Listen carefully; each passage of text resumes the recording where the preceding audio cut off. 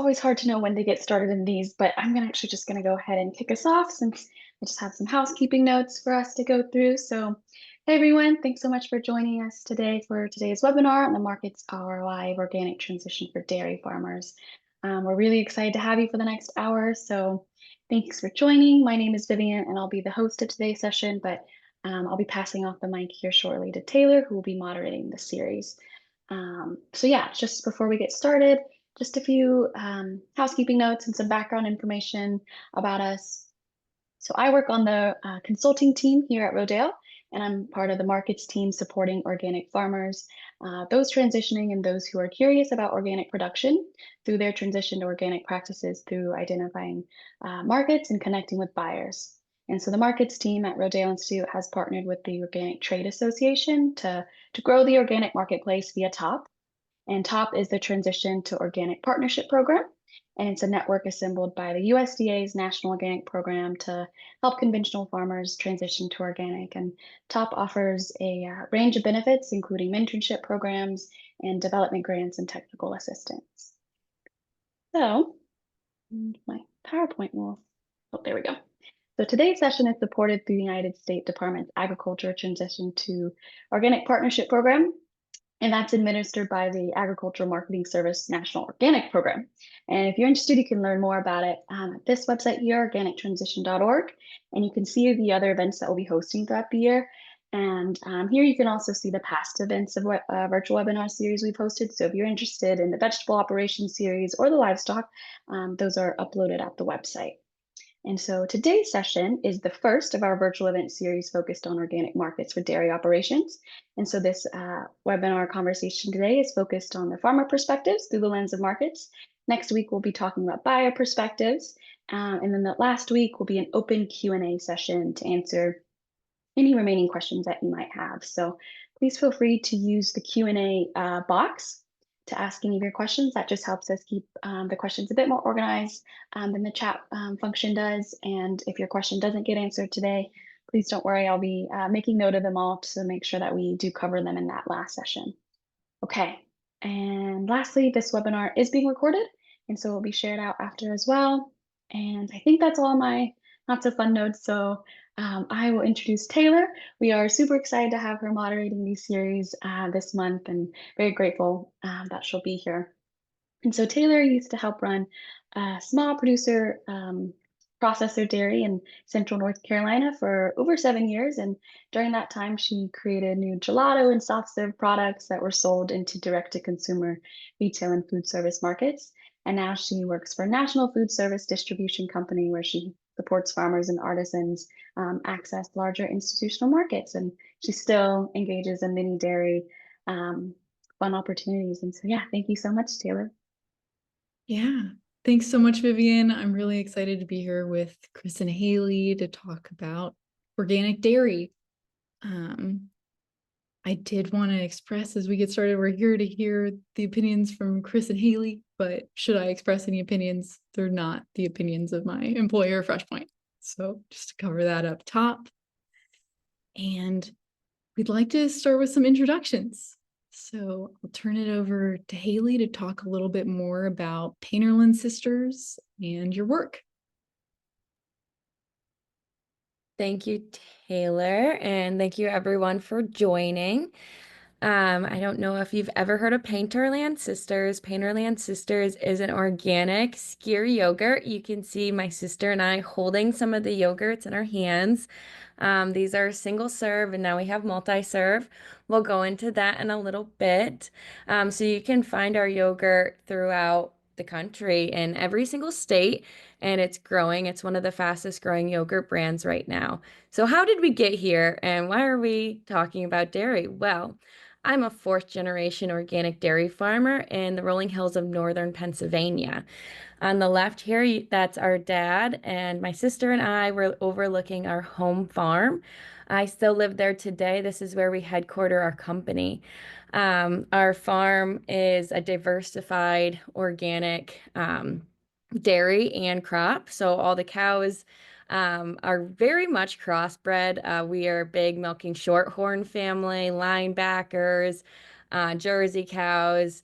really getting into the Swiss because they're amazing. And so diversity is what we grew up in. Grew up in making our own feed for those animals in Northern PA. We're very disconnected from everywhere else. So you kind of do it yourself. And we have a lot of family members involved. I grew up with 13 cousins. My dad and his two brothers own the farm now. My grandpa was the visionary who expanded it when we were younger alongside my grandma. We almost, growing up, was born in 1996, so I'm 29 years old now. And growing up, it was a hard life to be a dairy farmer in northern Pennsylvania. I didn't realize this at the time when I was young. It was beautiful. Ran around barefoot, got to feed calves, play outside, hike the woods everywhere. We just had no boundaries, no restrictions, no perception of what society actually was. It was beautiful. As we got into elementary school and high school, we realized, being right next to your classmates, we never had new shoes, new clothes. We never, got to eat Doritos. Now it's a blessing, right? But we couldn't afford that stuff. As farmers, we grew most of our own vegetables. We had our own different chickens and lambs and other like hobby animals alongside the dairy, and we'd make most of our own food. And we had different instances where we relied on that milk check and it wouldn't come. Why? Because the milk would be dumped down the drain, it would be dumped in the manure pit. It just wouldn't, the milk truck wouldn't come. So we experienced severe instabilities in our milk market. It either went down or it was just enough where you could break even. We never really experienced too much of a good thing in that way. So we had to diversify our market lines.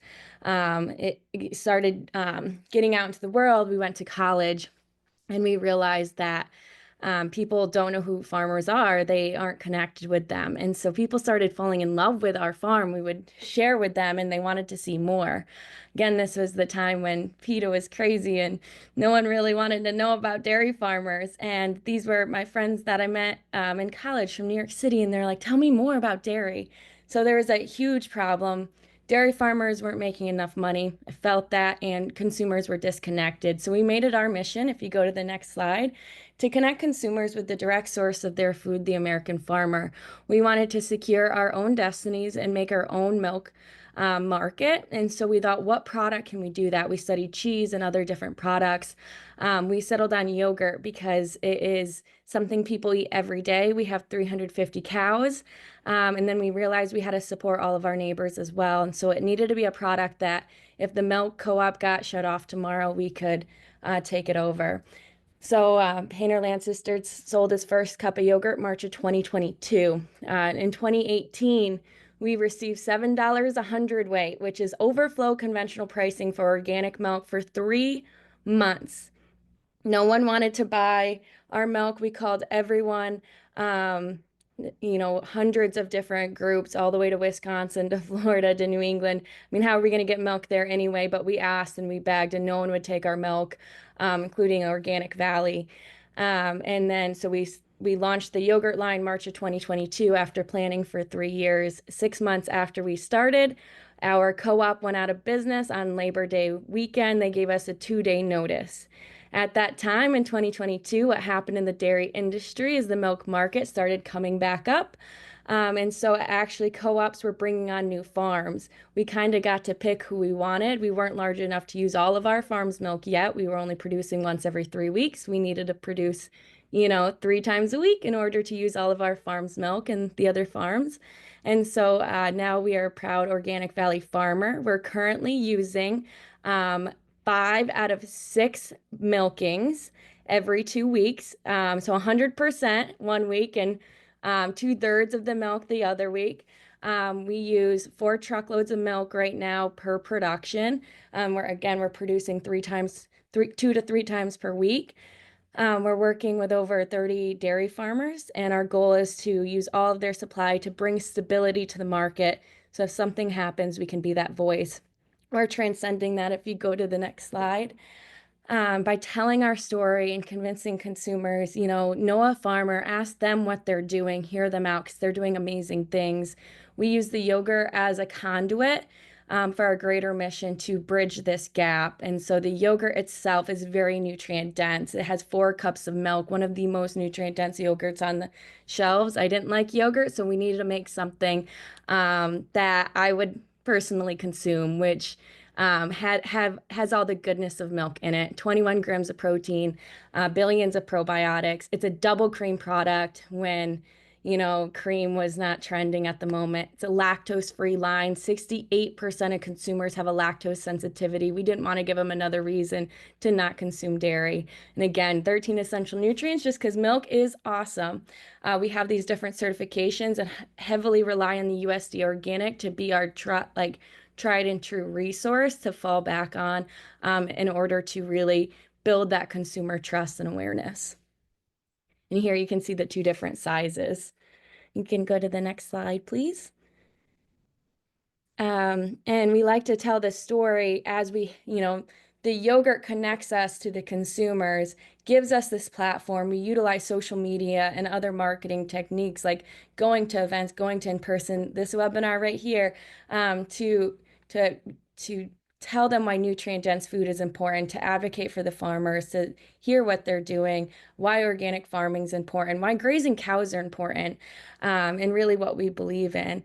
We're still fighting this mission, and now we're discovering how hard it is to start a food brand. Over 90% of the food brands that start go out of business. There's not a lot of diversity in food brands, which means there's not a lot of options for farmers to sell their food to. So now we're trying to speak out to bring more diversity in the middle of the supply chain so our farmers have more options, which hopefully will have more competition to bring their prices up. But we're doing it with a fun way with our Lucy Cow stickers, our pink branding, our fun recipes, and we're telling consumers like, hey, come into this dairy life with us. We want you here. And then we're also telling the farmers, get out there and meet these consumers because you need that just as much as they need you, and just really bridging this gap. And that's what we're really here to do. And I think that's what this webinar is for as well. So thank you. I think that was my last slide. Oh, our team. Our team is really amazing. We're all virtual, which is phenomenal, and why having internet and fiber optics in rural areas has made a huge difference. We started during COVID, and without having a virtual team, it would have been a lot more expensive to get started. But our team is amazing. We have 1 dairy farmer from Wisconsin on our team. We have salespeople in California, marketing people in New Hampshire, Florida. We have 1 girl from Argentina. So it's really amazing to be able to bring these people who are kind of disconnected from agriculture, have them a part of our team, fully love and breathe the mission, and they're really like connecting this and transforming it. Couldn't do it without them. Thanks so much for sharing, Haley. I think your story about the milk truck not coming and the pivots you made probably connects with so many of the farmers who may be listening. And great to see how you've pivoted. Thank you, Taylor. Appreciate it. Taylor's husband, Stephen, has helped us get so many grants and resources so that when we're struggling, we've had this platform to be able to have marketing grants, operation grants, and that helps us. When you get a grant, it also opens the door to have a relationship with that grant provider and to know what's going on in the industry that you're in. So grants are also a huge part of our journey and how we got our first funding. Ooh, huge piece of it is how the money works. Oh, let's turn it over to Chris and hear a little bit more about his farm and farm business. Thanks, Taylor. That's just an awesome story, Haley, and I think it really encapsulates why being a part of the organic movement has been so rewarding over the years. Is that there are countless farms out there that this market has given an opportunity to rediscover its love for farming, and that's really kind of our story. So this is my family. There's 43 first cousins in my family. We farm 6 others and myself. Families farm together on our farm in Southwest Wisconsin. You can jump to the next slide. We've been on the land in this part of the state since 1848, and it's been in the family, passed down generation to generation. My grandpa dairy farm in the 1950s, and my aunts and uncles hand milk cows. My dad very youngly hand milk cows, carried bucket milkers in the 60s, individuals, bucket milkers to dump in the tanks. In the 1970s, we did build a stanchion barn and started milking in a stanchion barn, and doing that conventionally. But a lot of the principles that we ultimately carried over were set then. So we did like a lot of farms in the 70s and 80s. We tore everything up, planted corn, fence row to fence row, and ultimately just borrowed, and barely survived through the 80s, and basically got into the early 90s, and Dad said we got to try something different. So I was born in 84, started milking cows when I was probably 6 or 7 years old. We started grazing about 1990. Didn't know about this organic co-op that was starting just north of us at the time. Took a few years to hear about it, and basically in 1996, us and a close neighbor said, "Hey, we got to do something different." So we did, and that was kind of the start of our journey. So 1996, we started transitioning crops. We said, "Okay, this is working great. What can we do on the dairy side?" And we made that transition 98 to 2000, and sold our first milk to Organic Valley on January 2nd, 2000. My dad always likes to tell a story about that first milk check, because we had one day in which we got paid conventional prices. It was like $9.90 a hundredweight or something like that. He got the organic check for the other 30 days, and it was basically double. It was like $18 or $19. And so we've been on that organic journey for really the last 25 years. All the people there on the right are really strong components of that. All have their contribution on the farm, and it really honestly wouldn't be there today had we not had access to the organic markets and that pathway. So that's our story. I'm excited to kind of share with everybody and answer questions, and hopefully help others along that journey. Thanks so much, Chris. You both have such incredible stories, and I'm glad that you're able to share them today. So let's jump into these questions. First, I think it'll be helpful to cover some of the basics of switching to organic and organic dairy sales. I know I saw a statistic that organic milk sales have risen from 1.5% of the total market share in 2008 to 2.3% in 2021. I'd be even more curious to know what it would be in 2024. Tell us a little bit about how organic certification impacted your farm business in terms of accessing new markets, or you were talking about the price doubling that people would pay, the sales and value organic has delivered for your dairy products. Yeah, I can jump at that one. So I guess the process, I think most folks are familiar. There's the cropping side, and then the dairy's a 12 months transition on the different rules. And I can help kind of fill in any questions around that, and Haley can too, just about experiences with that, challenges, actually opportunities from it as well. So I'd love to answer any specific questions around it. As far as the market goes, really what we've seen is that it will ebb and flow. There is that cyclical nature, and we've been with Organic Valley those 25 years, so they've got a fairly stable price philosophy, and really outside of maybe a couple of years in there, 3-4 years between 16, 17, 18, 19, 20, when things are challenging, they held that price fairly stable. And that has been really important because it's allowed us to invest and continue to do things year to year, and to try to get better. The other thing I was going to say around that is typically what we've seen is that when organic prices are in that $8 to $10 over conventional markets, it's a kind of a really good sweet spot. Everything, usually the market grows and it's kind of a win-win. When it gets stretched out where, our conventional prices are a lot lower and say that spread gets out to $12, $13, $14, $15 as we've seen it in years, it does seem like that is a struggle. So as just kind of general rule of thumb, if you're $8 to $10, organic prices $8 to $10 over conventional, that's a pretty long-term stable average spread.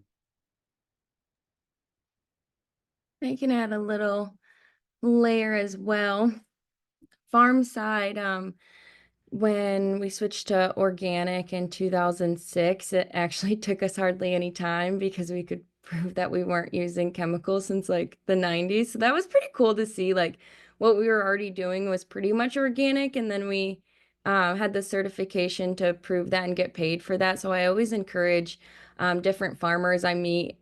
We like to set up at farm shows to specifically meet different farmers to tell them you may be closer to organic than you think. Are your cows already grazing? Are you already doing these things? Because you could find some diamonds in the rough that are already doing these and just need to get paid for that work.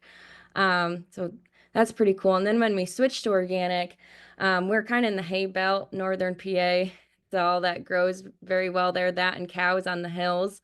So being organic is amazing because you have to graze the cows on the hills or it would turn to brushland in northern PA. You can't put houses, you can't have crops on it. And so organic really encouraged and empowered that ability for grazing.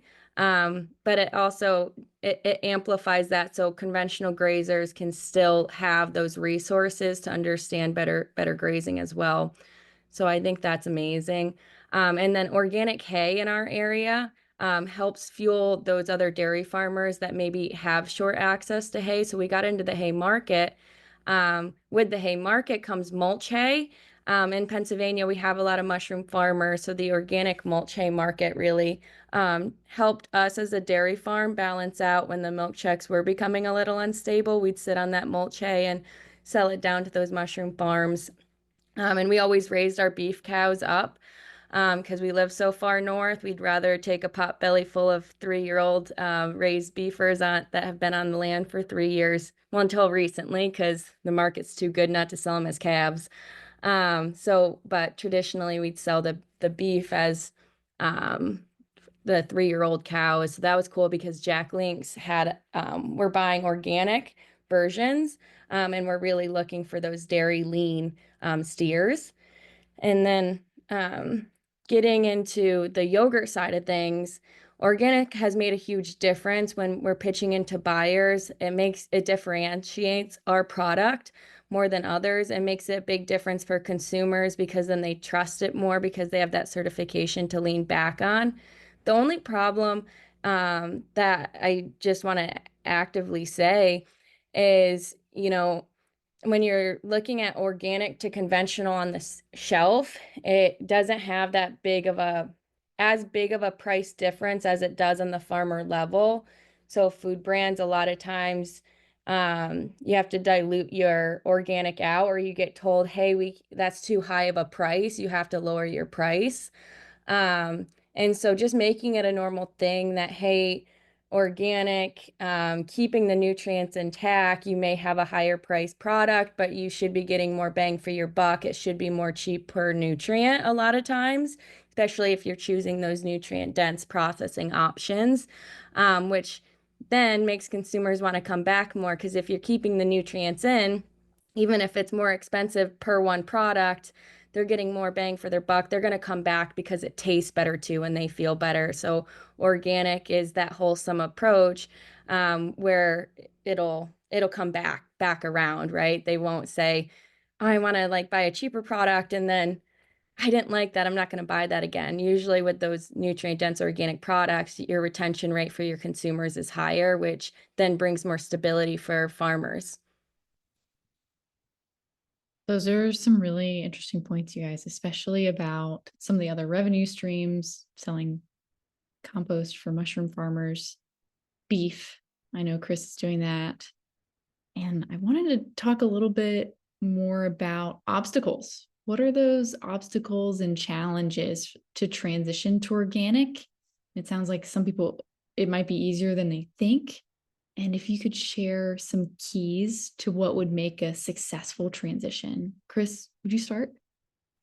Yeah, I think one of the big things that I would tell folks is that to really have that overall team of people that are understand the plan, so understanding the finance side, so a banker or the capital side of things, nutritionists in that space, a vet that has expertise.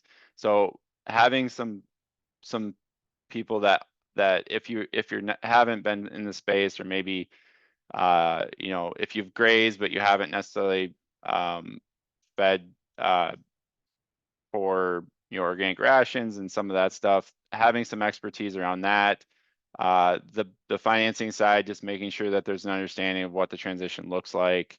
Having those partners in hand. I mean, that's the one thing that Organic Valley does a lot of, is they do bring a lot of expertise and a lot of advisors that can help answer those questions through in a transition. And then also, I think having a buyer, right? Like having that relationship figured out and having that partnership develop before you make that leap. So make those connections, get those commitments before you make that jump, so that everybody understands what the process is going to look like. I like that. The support system is huge. Like Rodale can be a huge support system. The top program is going to be a huge support system, and just letting those farmers know what those resources are, because sometimes they can seem so scary when you're on your farm alone and you don't get to connect with others. So leaning into those groups, and sometimes it has to be virtual, but we're in a world where virtual is okay. I'm getting my dad on Zoom now. I'm getting him on Google Meet. So, I mean, most of them FaceTime anymore. So just having that connection, because the biggest thing with transitioning to organic is, one, taking the first step and asking the questions. A lot of people don't want to ask, but ask to find out, to discover. And then once you take that jump, just believe in the process, because it may take a little bit to see the differences. I think the biggest thing with organic is, instead of focusing on short-term yield, you're focusing on increasing your nutrients in each section of your production, from your soils to your cows to your family members or your workers, right? So you're investing in nutrients, and eventually those nutrients will increase your yield, right? So it's sometimes a longer term. So it's trusting in the process and relying on your different resources along the way to make sure you're hitting those benchmarks that you should be, and going in that right direction. Great. So, Chris, you brought up having a buyer before you make the switch. Could you talk a little bit more, the two of you, on finding a buyer and formulating commitments? Any tips for those navigating those relationships? Haley, you want to start? Yeah, if it's about organic dairy, right now the demand for organic dairy is an all-time high. And this is on a consumer level. When they're in the grocery stores, they're looking for food at a higher level of real organic dairy compared to organic alternative dairy. So that was a new switch. So that demand is so high in the consumer level, and then that transcends to the competition in like the co-ops and the milk markets. And so right now there's a lot of opportunity to shop around in your milk markets. People are looking to bring farmers on, to transition farmers. I'm a big advocate for, hey, if all those dairy farmers transitioned to beef in the 90s, let's have a big campaign to see if they can transition back to organic dairy, right? Because there's a market for it right now. And just seeing where those demanded markets are that are from the consumer, and trying to stay ahead of the game. So I think I don't know if I fully answered your question because I started ranting a little bit, but basically the market's hot. Like, take your opportunity now if you're going to.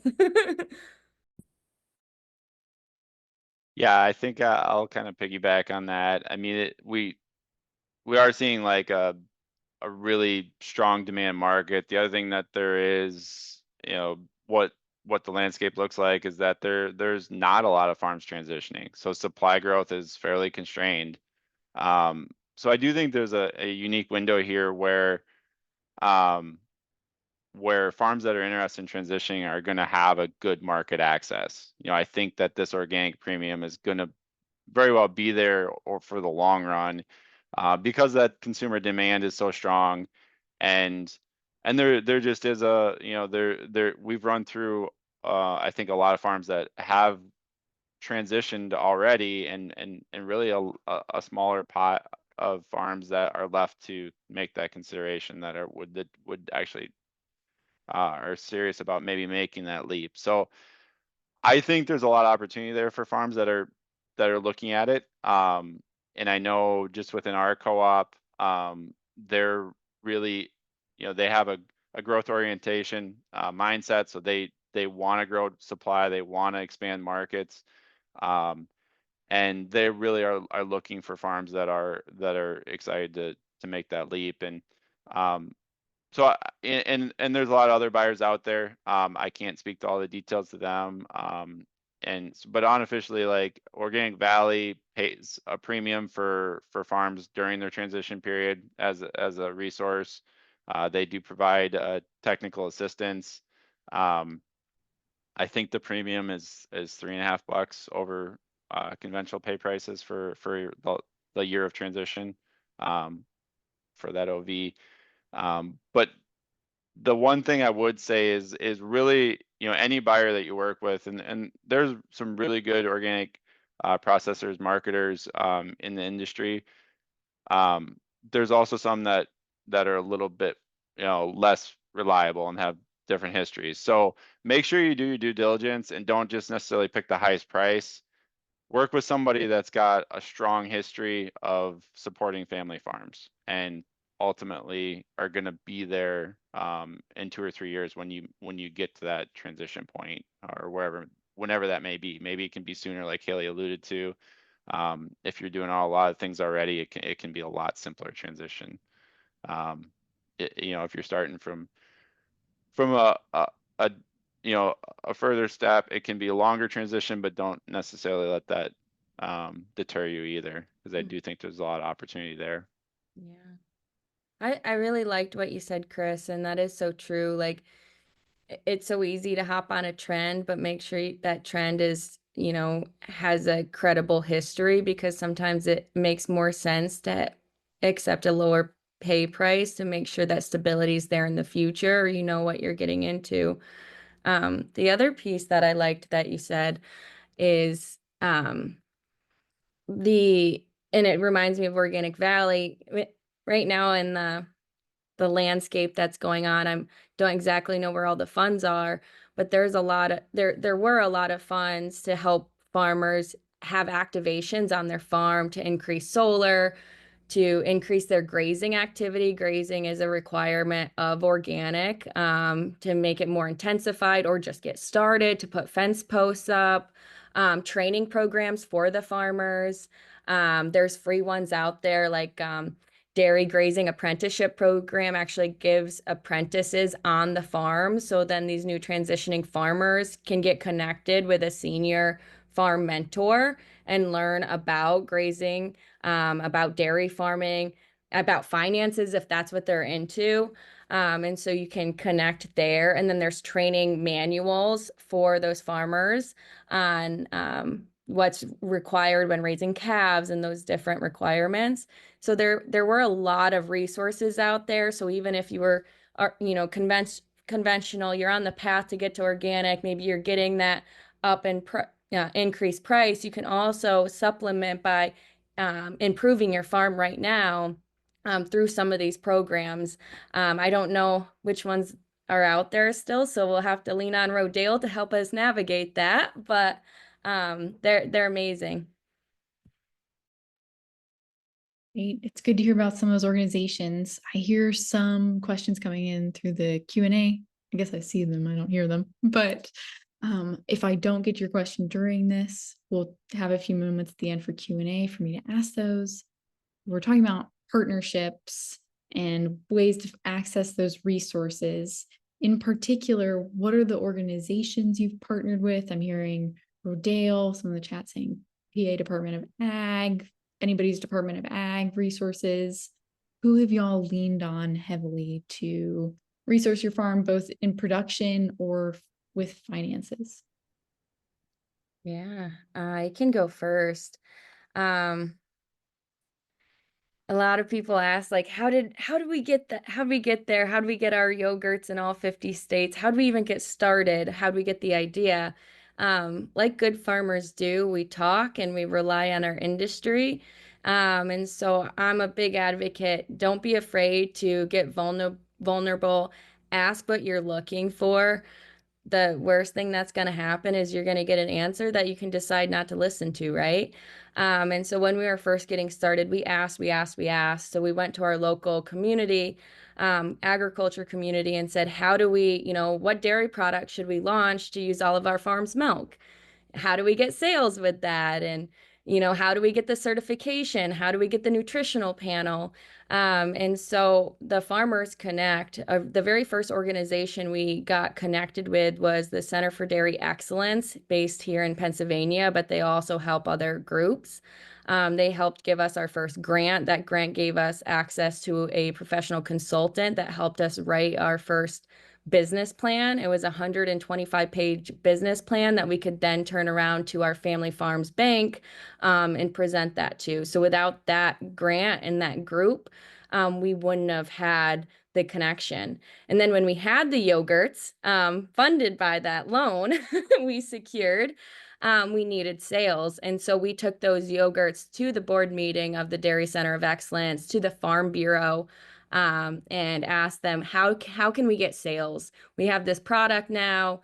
How can we get it out there? And they helped connect us with the different industry groups, regional distributors like John F. Martin, which is a 4th generation meat and cheese distributor here, the local family grocery store, and then even helped us land a giant account, Giant here in Pennsylvania.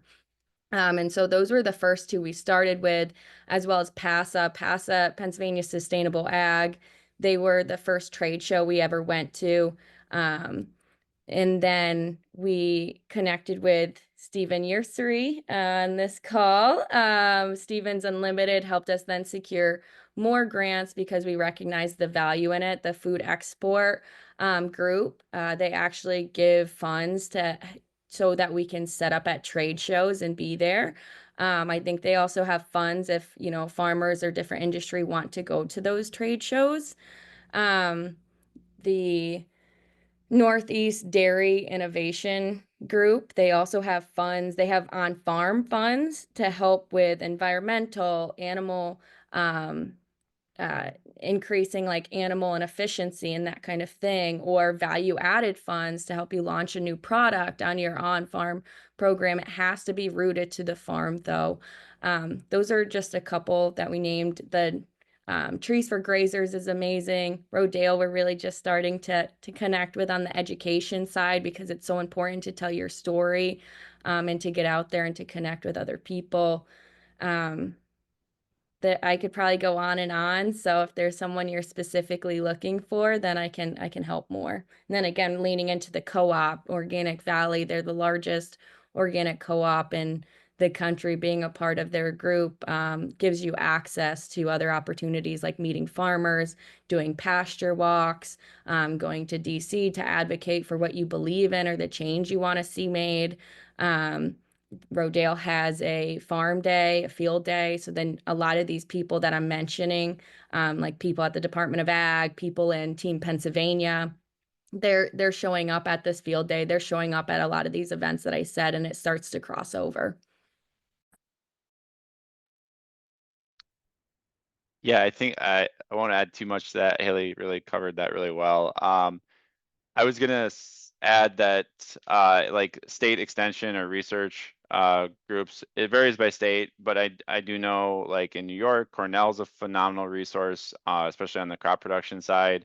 If you're in the Midwest, Wisconsin, Minnesota, uh, there's different networks, but there's tons of those different institutions. Rodale across the country is a phenomenal resource that, even if they don't have the answers, a lot of it is making that connection within that farmer network. And really where I've, especially when it comes to trying to push our grazing to the next level, I was learning it from other farmers. And those groups, I think, are good for networking, and then ultimately you got to put yourself out there and go learn. Um, and that to me is the best resource that I think myself and Haley and everybody else can help make that connection. And if you're in Wisconsin, reach out to myself. I love to talk about organic farming. And if you're close enough, I'd probably even come visit, or if you're close enough to us, then come on down. Thanks for sharing those resources. There's two I'd like to call out. I'm not entirely sure that we completely said this name, but the NRCS. I know they help with fencing, greenhouses, if that's your Yep, thing. no, that's a good lead-in question. So like if you're doing like pasture redevelopment or like infrastructure, there has been NRCS equip funding. So when we redid all of our pasture lanes and fencing in 2017 through 2019, put new water lines in, that was cost shared through NRCS. Great program, great resource. They even paid for reseeding some of the pastures. So they love to do those projects. Well, our local folks have loved to work on those projects. So I would definitely encourage reaching out to NRCS and making those connections. That's a great shout out to them. I know they do great work. And then we talked briefly about the Northeast Dairy Business Innovation Initiative. Those are nationwide, but in different sectors. So there's a Southeast one if you're in the Southeast, there's a Midwest one, and a Pacific Coast one for grant funding through that. I know the dairy I worked at received quite a bit of funding for equipment, which is huge and hard to find. So something we're also touching on is that you both sell and do a organic valley. And I'm assuming that looks like a milk truck comes pick up milk from the farm, but you're also selling products directly consumers and things that require direct marketing, whether it's beef or yogurt. Could you talk a little bit about those other value-added products? Chris, would you like to start? I think this is Haley's wheelhouse, so I'll be pretty brief. So we do market some of our beef off farm. That's been a good experience. I would say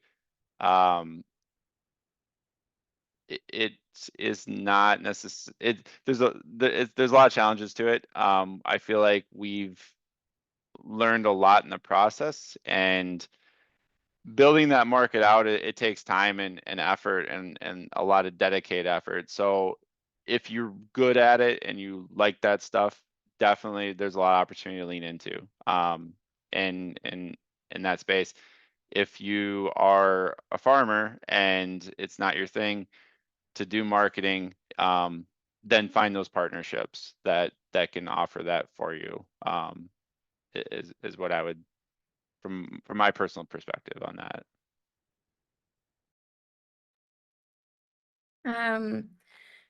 When you're thinking about launching a value-added product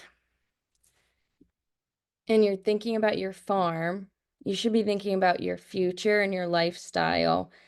And your question is, what is your goal you're trying to solve by starting this value-added market? My goal was I had to use all of the farm's milk, and I had to be able to use it in a short amount of time in case the co-op pulled the plug, which in our case it did. So I had a larger amount of milk quantity, and I had a short time to solve that problem. And so I needed a product that could grow really fast and that had a large consumption, right? So yogurt, people eat it every single day. It has the most risk in it because it's got a short shelf life. And it is a very saturated market. If you go to the grocery store, you see it's filled with yogurts. Um, but it's got the most amount to grow. So we had to take that chance because we were risking losing the cows if we didn't. So your question is, what's your goal? Like, if you have the dairy and you're just trying to bring community to your farm, that could be a goal, and your value added product could be, you know, selling your story through agritourism. Maybe your goal is to connect your farm family, like your kids, with the outside world. You can either bring those people for agritourism at your place, you can start a on-store shop, but if that's your goal, you don't need a large on-store shop. You need you know, you can have one to suffice your goal. You can connect with other farmers if your goal is to, you know, bring experience to your farm kids by, you know, connecting them with other programs like those apprenticeship programs with like the Dairy Center of Excellence so that they can get out and connect. If your goal is to actually sell bottled milk and you're like, I just love it, I think it's a huge passion, like how big, where do you want your market to be? Do you want to just sell in your local mom and pops, or do you want it to be, do you want to use all of your own farm's milk eventually? Why? And then once you understand, you should ask, how many bottles of milk will that be per week if I use it all? And if it's 100,000 bottles, then the next question is, do I really want to be moving 100,000 bottles, or do I want to be, my goal is like 50 bottles a week, and then I want to supplement with diversity.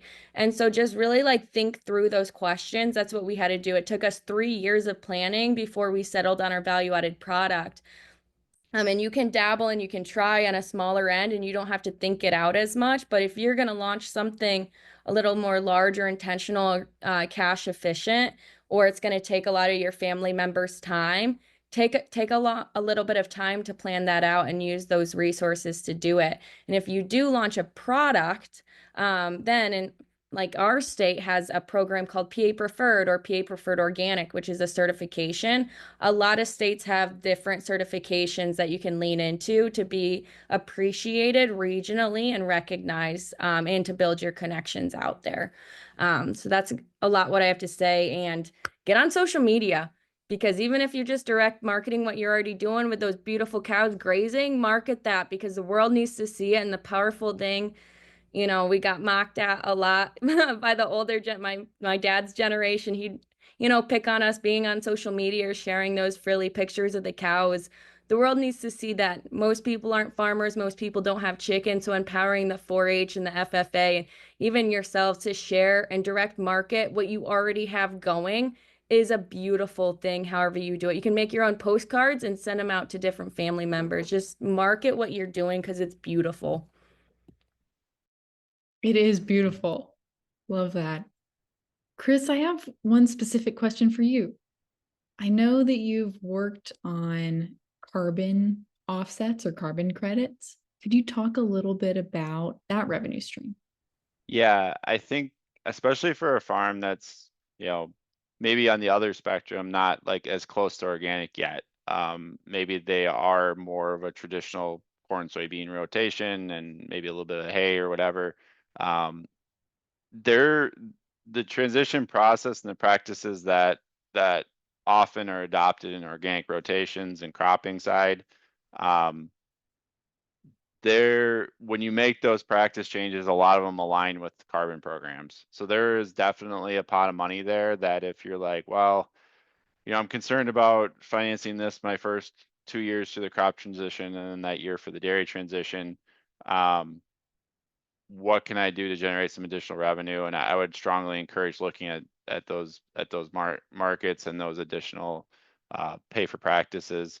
And it's really two different spaces. NRCS has some wonderful programs between EQIP and CSP, Conservation Stewardship Program.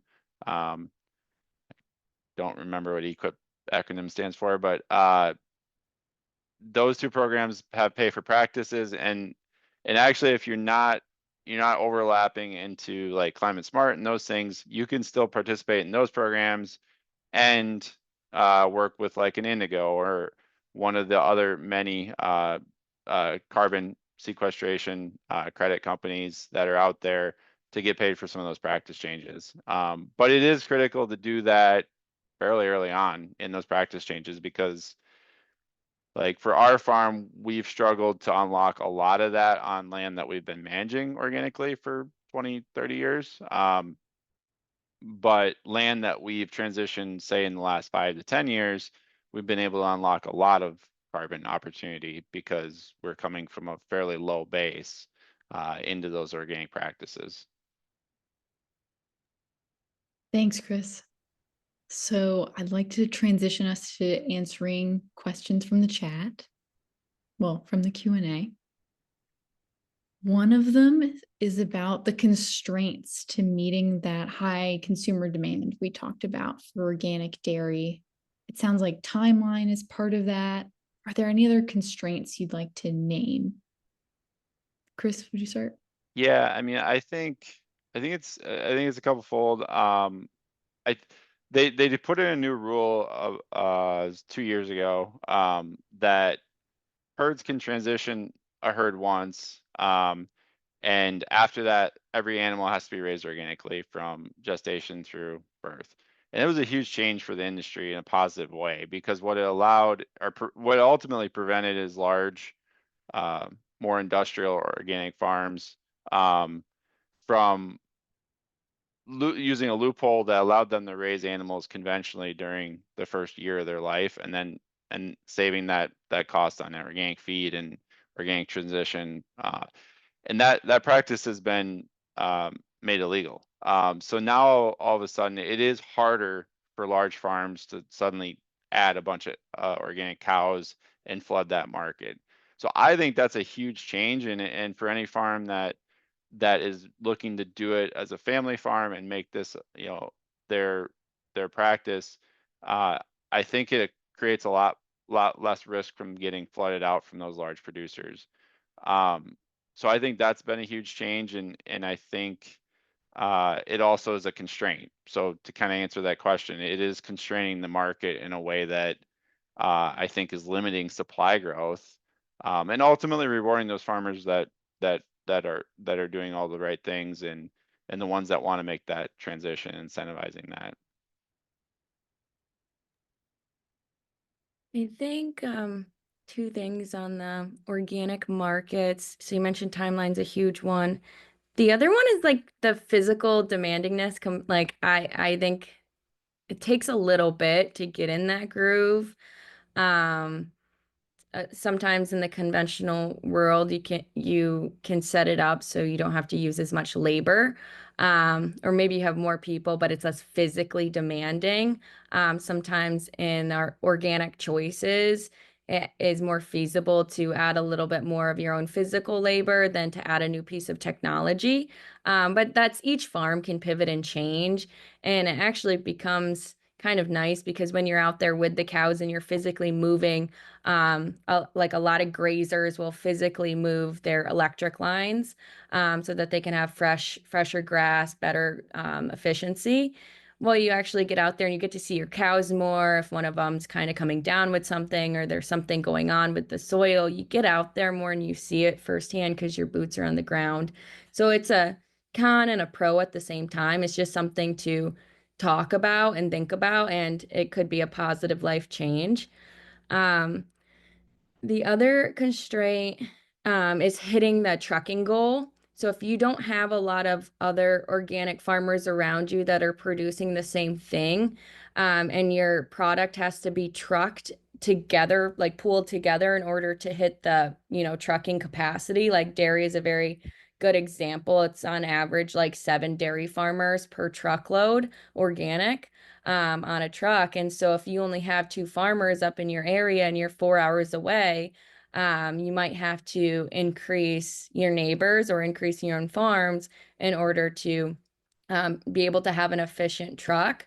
Sometimes, the co-ops or you as a farmer can choose to pay higher to pay for that trucking to do that, but that is a constraint. But with the increased demand from the consumer, hopefully it can encourage more of the pooling of these organic farms.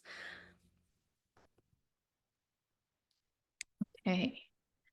Turning towards what I think time-wise is our last question is, what are y'all excited about for the future? Are there big things you're moving towards in your businesses? Haley, you're up first. Oh, I feel like I've been moving in a big way for the last 4 years. So this year is a year that, so last year we had to raise money for our yogurt company. We raised it through crowdfunding and then private equity. So we stayed away from like venture capitalists and things like that. It was really hard. It took a lot longer to find the intentional funding. And the year before that, we were trying to get our first couple sales under us.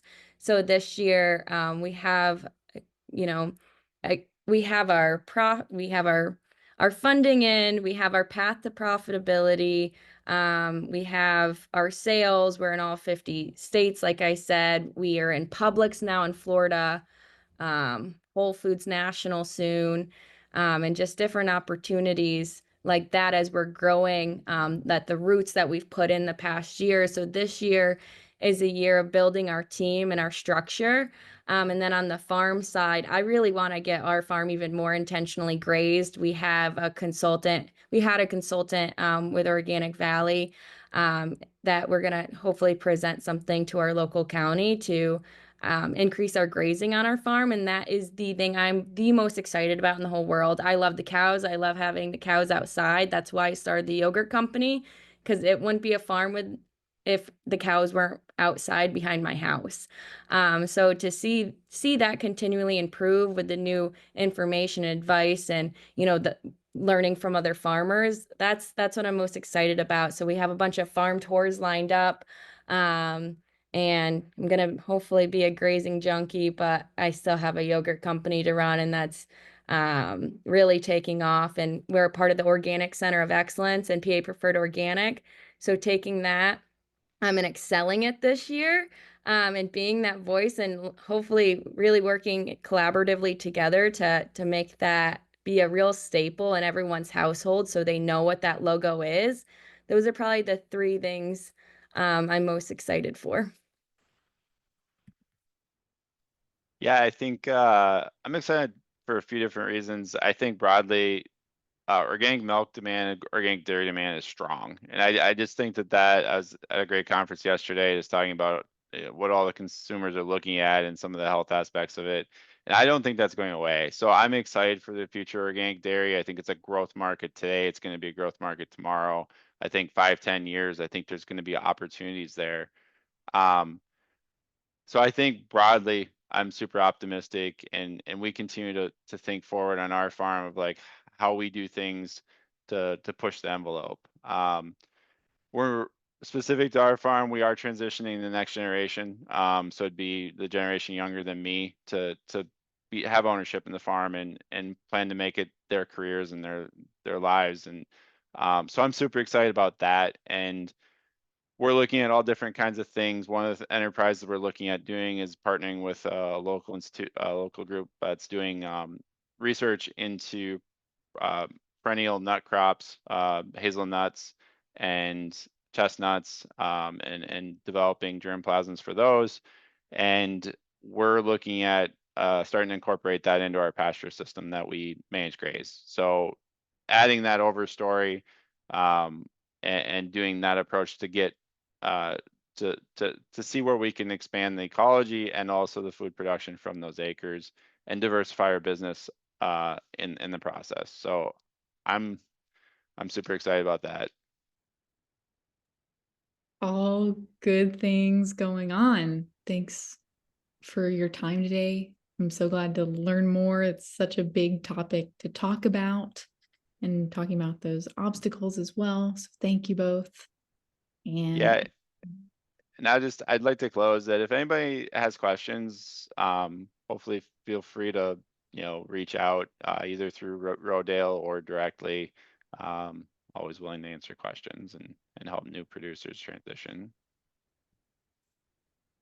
And I'll turn it over to Vivian to talk a little bit more and wrap us up.